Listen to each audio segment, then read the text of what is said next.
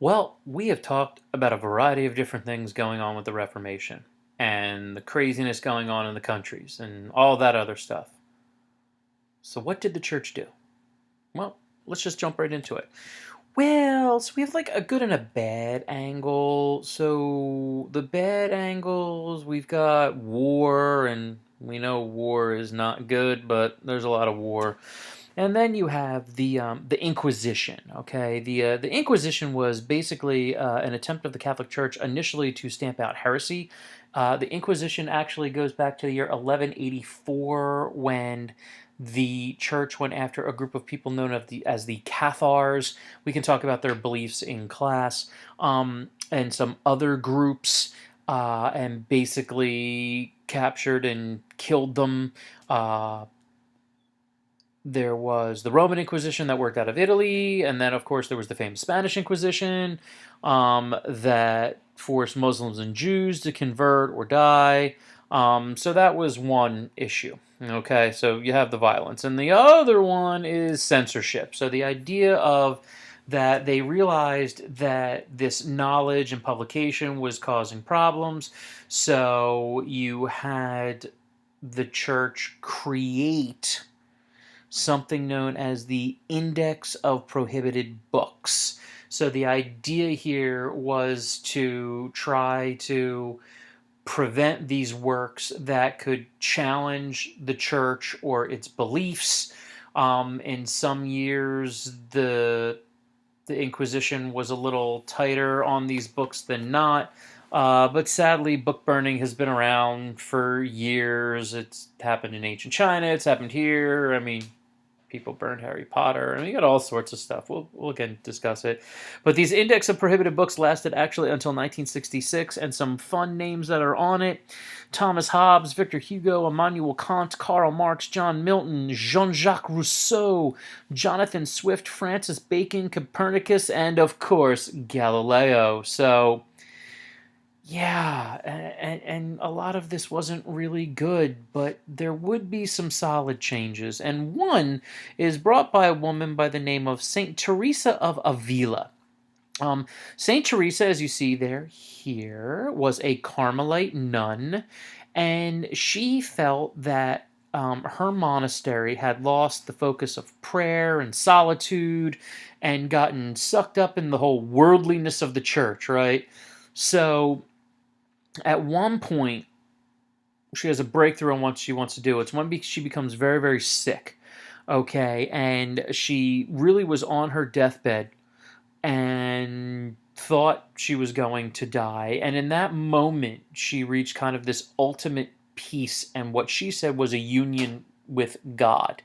And from that point on, she focused on poverty and deep prayer, which really is meditation.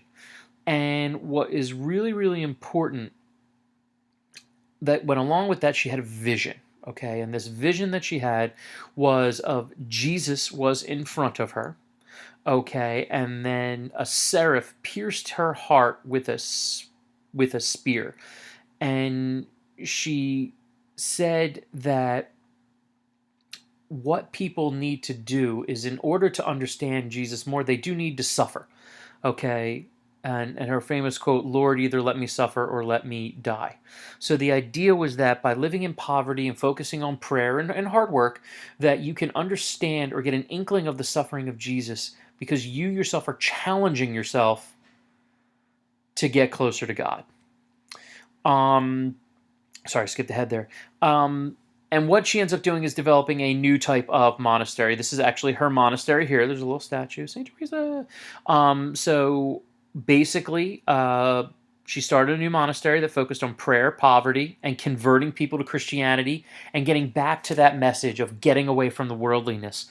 Nuns would not have shoes. Sometimes they would perform ritual flagellations, in other words, beating yourself to remember your own sin and what Jesus gave up for you. And what she would end up doing is creating 16 convents, and then she created an order for men. Now, what's so crucial about this is these monks and nuns would go out and spread the word of still Catholicism, but getting kind of back to the roots of it, which was really, really important and helped to kind of fix the image, that bad image that the church had had. But the guy that was probably the biggest in doing that was Ignatius Loyola. That's this guy down here. So Ignatius Loyola was a soldier. He was a Spanish knight who was actually active in the Inquisition, and one time he got hurt. Again, he lived from 1491 to 1556. And when he is wounded and recovering, he reads the book The Lives of the Saints. And he was blown away by these men. And he had kind of this spiritual renewal of wanting to spread, again, the word of Jesus, but trying to fix some of the issues that were going on in the church. Okay. And what he did was he created what is known as the Society of the Order of Jesus, which is better known as the Jesuits. So he created an order of monks that sought to convert and keep Catholicism going, but through enlightenment and education. Okay, that people needed to read the Bible, people needed to get more learning because smarter people could understand God more, and again, also stripping down the church from, all the spending and money, and his impact is enormous because the Jesuits had tremendous amounts of success, particularly in the New World, of converting people to Christianity. They also held many people to Christianity, and again helped to soften that image of the church that was basically just going to kill anybody who questioned them, and all that type of stuff. That they were going to be doing these things to better Catholicism. And the long-lasting impact that you know today, particularly in the United States of America, is that the Jesuits were teachers. And one of the big things that they look to do is to open up schools all over the world. And in the United States, there are a number of schools of higher education that were opened by the Jesuits. On the top right there, that is a picture of Georgetown. That's one of the most famous, along with St. Joseph's in Philadelphia, Gonzaga out in Washington, Xavier, Marquette, Fordham, Santa Clara, 28 in total through this education. No, Notre Dame is not one. Catholic, not Jesuit. And of course, the Jesuits have a bit of an influence today, being that the current Pope, as you see there, Pope Francis on the right, getting a selfie, because that's what he does, is a Jesuit himself. But finally, you needed a Pope to take control and to fix some things.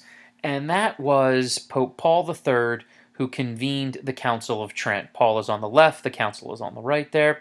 And the Council of Trent was a council that was held from 1545 to 1563, and basically it was rehabbing the church. It was, okay, what can we do? What can we address the concerns, but at the same time getting back to what our message is and what are we all about, okay? So what were the basic ideas? Well, first and foremost, I have here permanent split.